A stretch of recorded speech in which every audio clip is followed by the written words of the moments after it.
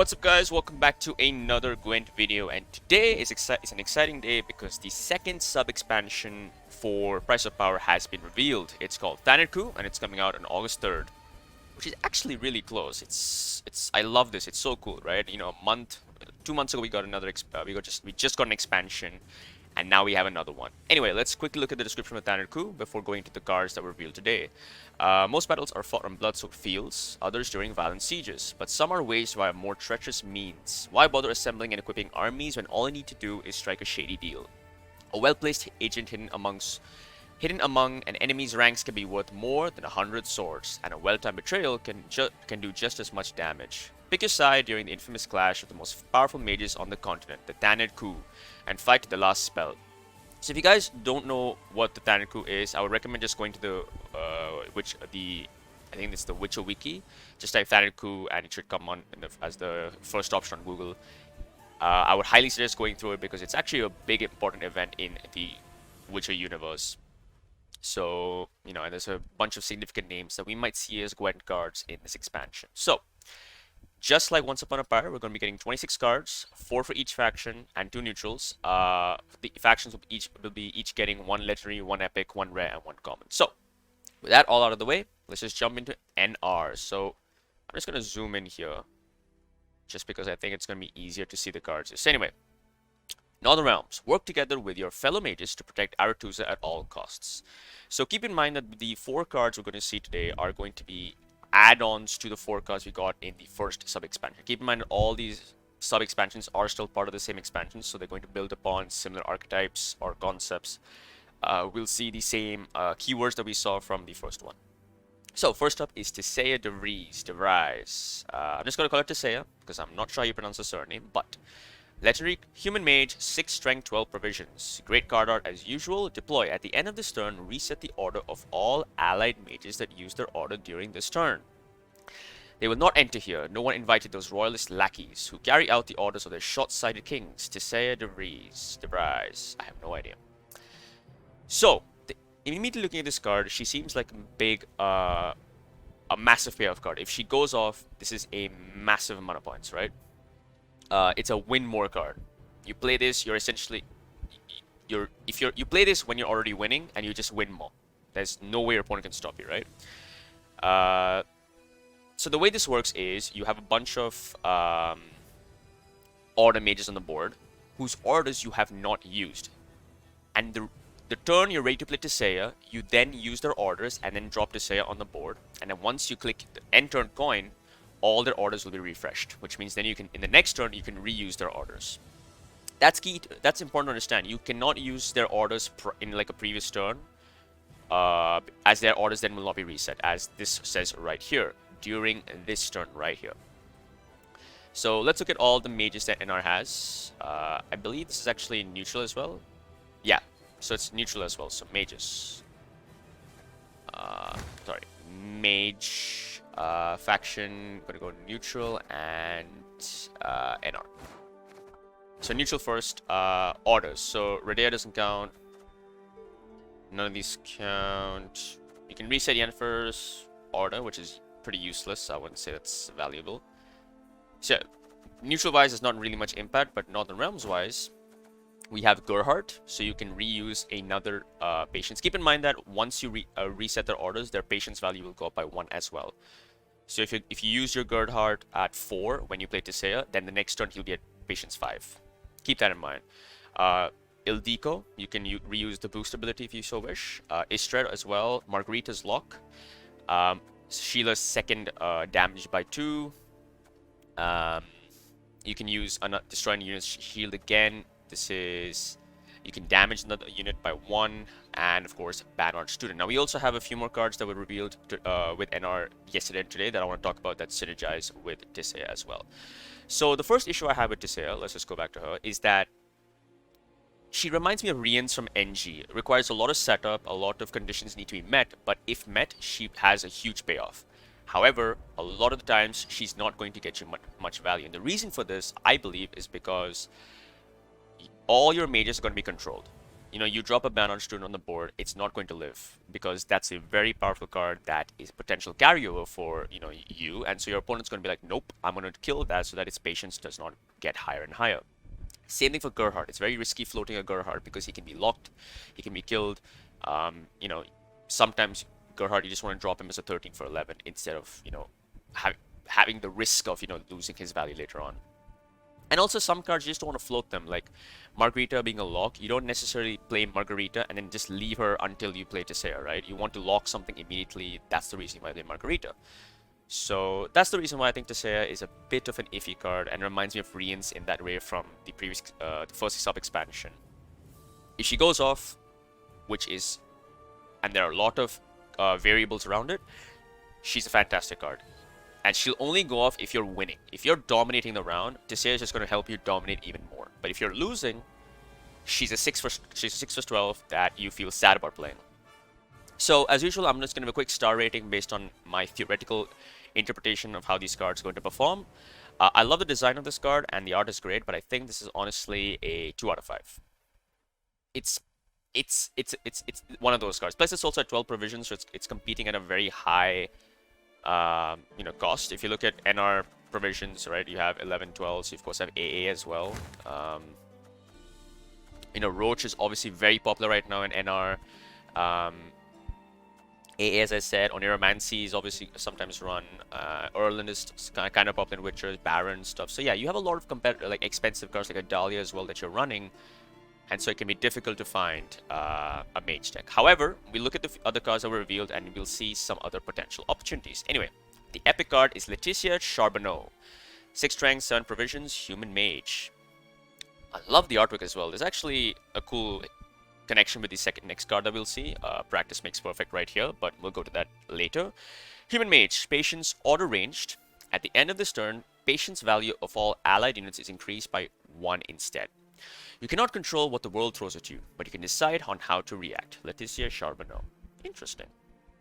Anyway, this card is another, again, is like a win more card, but of a much lesser scale compared to Tisea.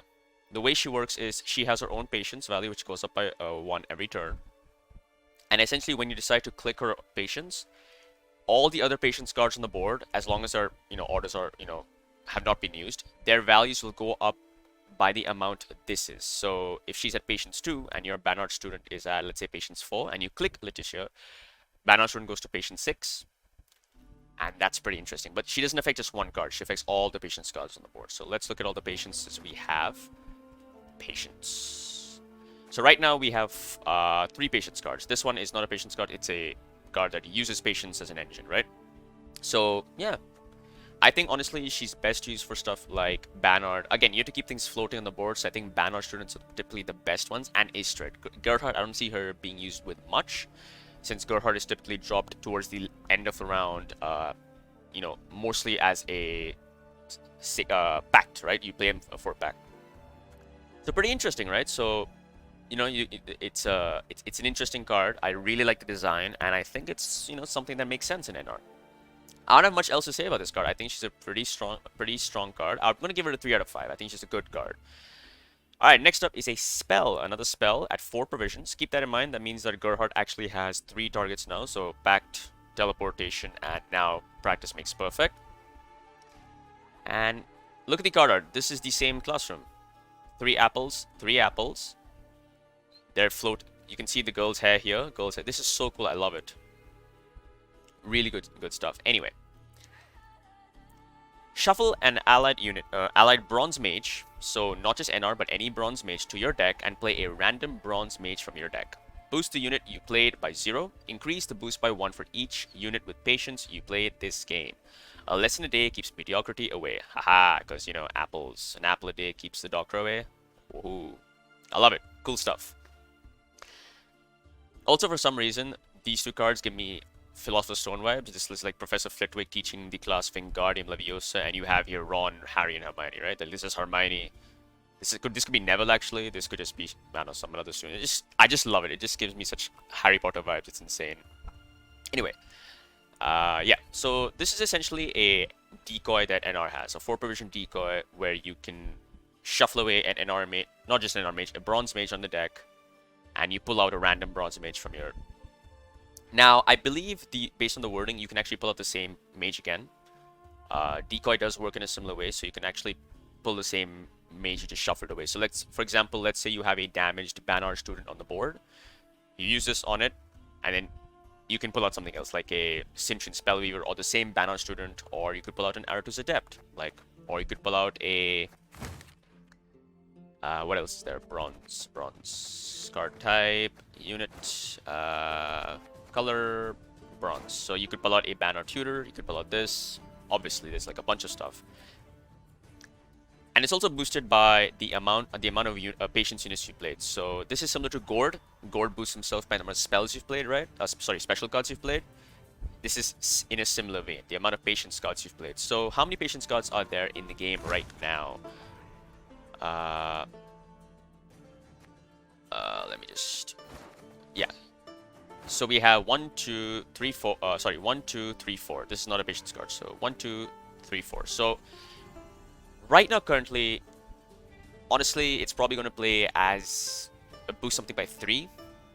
So it's an NR and decoy essentially.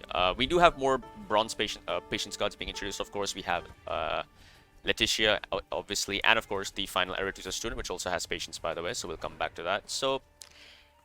Looking at this card, it feels a bit underwhelming. It doesn't feel like the strongest card there is, especially after we got something like teleportation, of course, or casting contest. Casting contest is so much better in every way, but this is 4P, of course.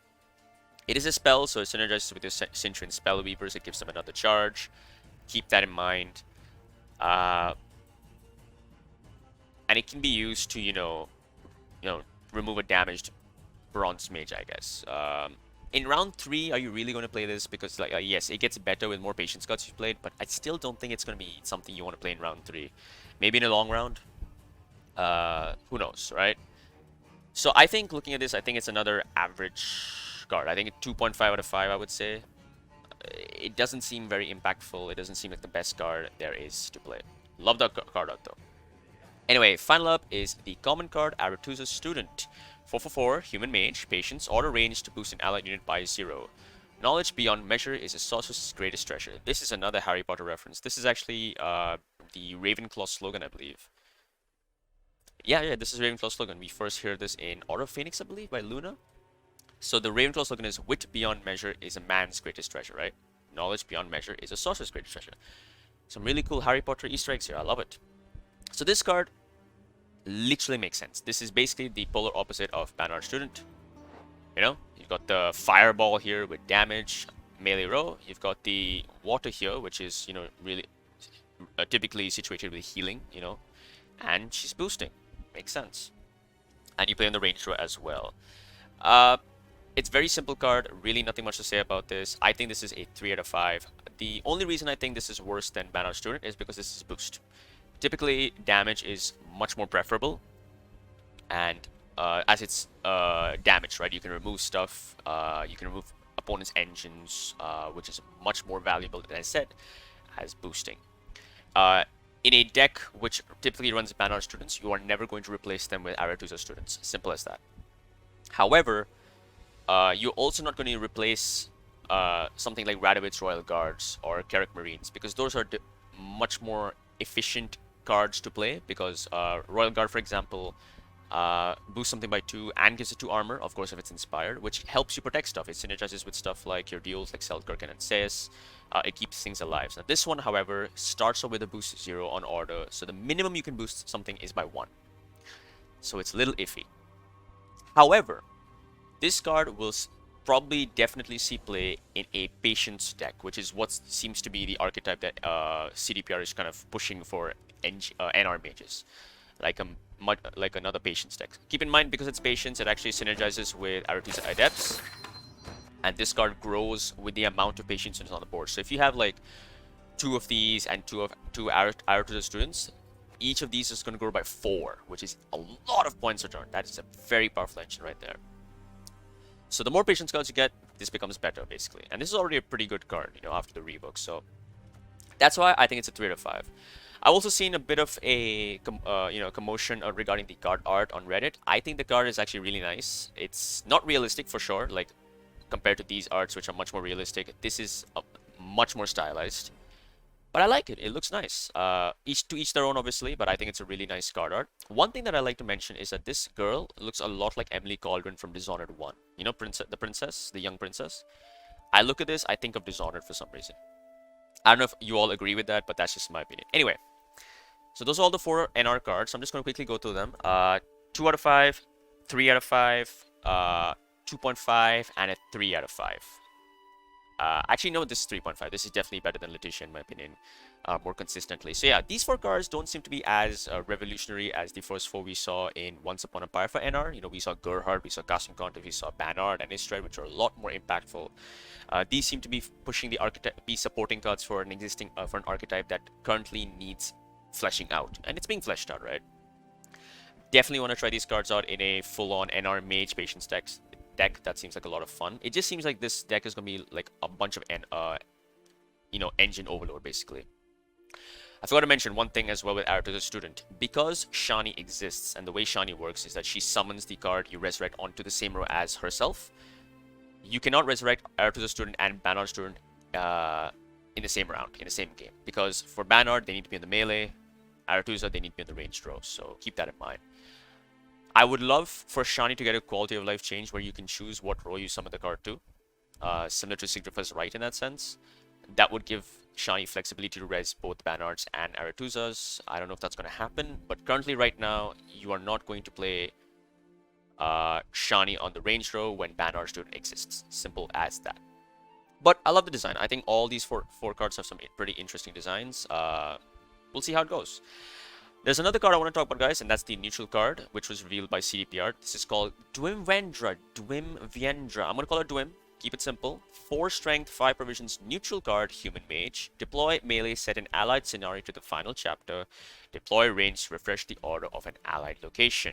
There are those who stay at home and those who leave. Why do I feel like this is a Pokemon reference? I don't know. Anyway. Deploy melee, set an allied scenario to the final chapter. Very interesting. It's been a long time since we've seen scenarios become interactable in some way. So you can set an allied scenario to the final chapter. So you typically would play this after obviously you've used, chapter 1, chapter 2 of a scenario, and then you play this and you reset to final chapter. Is that valuable? Let's look at the scenarios you have in the game. Scenario. That is not how you'll search for it. I am stupid. Artifact. Let me just refect this. Card type. It's an artifact. So yeah, there we go. So scenarios are all the 6 scenarios we have here. So you get another Fangs of the Empire. You get another Bombardment. You get another Night Wraith. You get another Waylay. You get another Slice Seductress, and you get another Marjoram.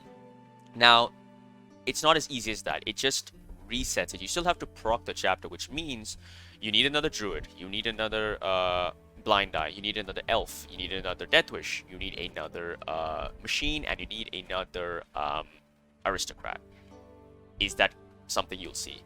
First of all, I don't think she's going to be running NG for Masquerade Ball, simply because she's a neutral card, which means she breaks Devotion, which means Usurper does not become an Aristocrat. Usurper is only an Aristocrat, guys, in round 3 with Devotion, and you lose that with this. So I don't think Masquerade Ball is worth it's worth running with Masquerade Ball. Is it worth Bombardment? Maybe. Bombardment is actually a pretty strong, special card if you have a lot of siege engines. But again, you need to draw another siege engine. I don't think you're gonna run this. I think there's much better 5P cards you're gonna run. Again, no, I don't see it with this. Is it worth Waylay? Probably not.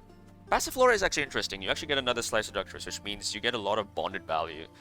And because, with Passiflora, you always run Adriano the Mink. That's potentially 3 Slice Seductresses that are getting boosted with every card your opponent plays. That maybe Passiflora runs it. But again, Syndicate has one of the best Devotion payoffs in the game, which is Horizon Jr., so I don't see why you want to break Devotion. And finally, we have Marjoram. Marjoram's a good card. There's a lot of synergy with shields and armor, so... But it requires another Druid, and that's the one thing I'm not really sure about. So honestly, this melee ability is quite underwhelming, I think. I don't think you're going to see it be played for that. Now, on the range row, you can refresh the order of an allied location. So let's look at the locations now. Location. There we go. So these are all the locations of the game. So let's go to the faction ones first. Svalbard Totem, I don't think so. Nope. Go to Gwent, probably. You can use it to clog twice. You can move another card from your opponent's graveyard to their deck, so that's interesting. Stiga Castle, maybe in a movement deck. Maybe, though I'd highly doubt it because it's a 5p card that's going to occupy the same slots as stuff like Dolbathana Sentry and Cat Witches, so I don't see it there. Heron Kaduk, I don't think so for the heal. I highly doubt it. Garrus Saren for a boost, probably not. Doldulock for 2 more drones and another high unit. The thing about the highest unit part is that if you don't tutor it out, you're basically playing the same highest power unit again on top of the deck. So you're literally using it for 2 more drones, which I think is not something you'll see because Swarm already struggles with board space. That there's no way you run this, right? Maybe with Salamander Hydra, maybe some cool poison shenanigans. Actually, I can see it being run with this as like a one-off. But again, as I said, Syndicate has access to a Devotion payoff that is really good. I don't think. I mean, to be fair, with the Salamander deck, you run Renew, so you don't really run Orson anyway, so yeah. Neutral one, Armory, maybe in like a weird Irish Shade, Vladimir deck shenanigan kind of stuff, maybe. The only thing I can really see it being run for is Land of a Thousand Fabled Memes. Like, you can use it to transform another special card, So yeah. Honestly, looking at Dwim Vendra, I think that she's a really interesting design, but I think she's very underwhelming. I don't see this. Like, compared to the first expansion where we got Megascope and Teleportation, 2 phenomenal neutrals, Dwim just seems pretty underwhelming. Really cool design, but I highly doubt she's going to see any play. So I'm going to give her like a... I'm just going to give her a 2 out of 5 because I still think the design is pretty fun. So there we go, guys. That's all the reveals so far. Tomorrow we're going to see 2 NG reveals, and day after we'll see the final 2. So expect another video again day after for Nilfgaard. And yeah, those are the 5 cards. I'd love to hear your thoughts down below on how do you feel about these cards overall. Do you agree with me? Do you disagree with me? Let me know. And I hope you guys did enjoy. And I will see you guys next time. Take care.